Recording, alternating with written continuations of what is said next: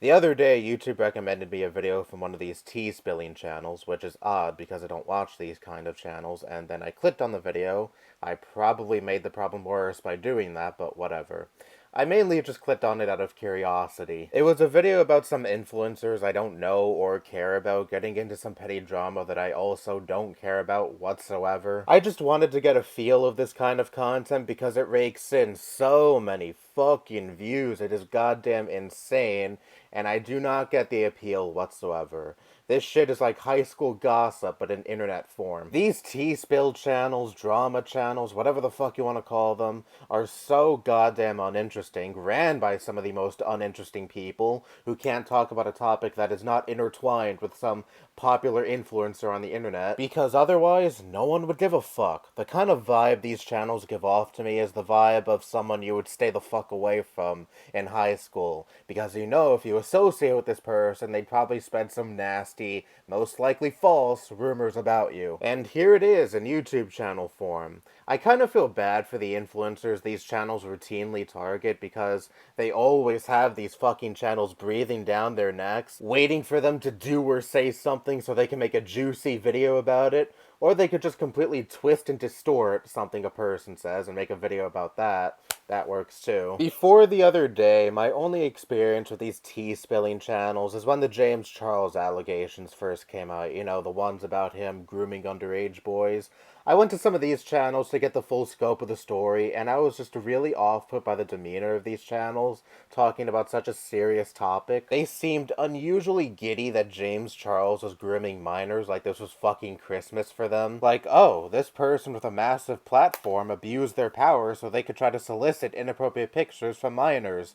Hooray! Content for us. That's what was so off-putting about these channels to me initially, the lack of seriousness topics like these deserve. And upon taking a cursory look at these channels, they still talk about people like James Charles, Shane Dawson, on the regular. And it's not about the allegations levied against them, it's not about their disgusting behavior, it's about petty, stupid shit that doesn't matter at all. These channels are helping scumfucks like those two remain relevant, and I know they would remain relevant without these channels because they have so many dumb fuck fans willing to look the other way. But still, these T-Spill channels have massive audiences, and shining a spotlight on people like James Charles, Shane Dawson, people who have shown to have patterns of disgusting and predatory behavior only perpetuates harm. You play a part in keeping disgusting people like those two relevant. And I'm willing to bet that these T-Spill channels don't actually give a fuck about what those two did. They only care about the money that it generates for them. And also, this inadvertently gives a pass to people like James Charles and Shane Dawson because instead of focusing on the actual disgusting behavior of those two,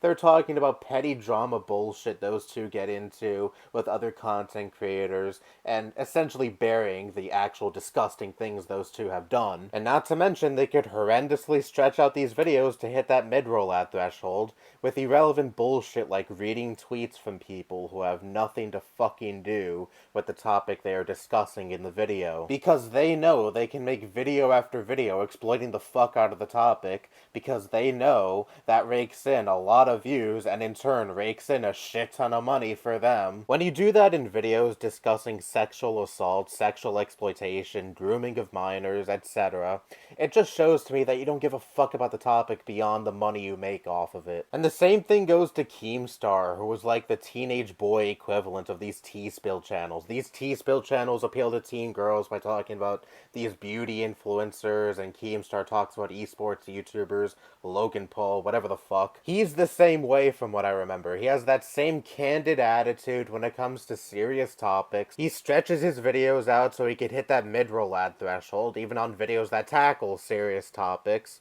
so he can make the most money off of the video. It's just a fucking game to a lot of these drama channels. It doesn't matter that they may be making money off of someone else's trauma, so long as they're making a good amount of profit, that's all that matters in the end. I am not opposed to talking about other YouTubers and the drama they may get themselves into. Hell, I do it sometimes, all of you should know that. But these days, I only really like talking about YouTubers who do or say legitimately disgusting things, not just petty bullshit like, this YouTuber trash talked this other other YouTuber. Oh my god, because who gives a fuck? I used to like talking about petty YouTube drama going on with the bigger YouTubers a few years back, but then I got so fucking bored with it that I stopped keeping up with stuff like that. I just can't imagine watching a channel whose existence is solely based on talking about other personalities on the internet. Again, I'm fine with sometimes talking about or even trashing other YouTubers. I would be a hypocrite if I said otherwise, but that is not the basis of my channel. When one has a channel like the ones I'm talking about in this video, it just shows to me that they're not interesting enough on their own.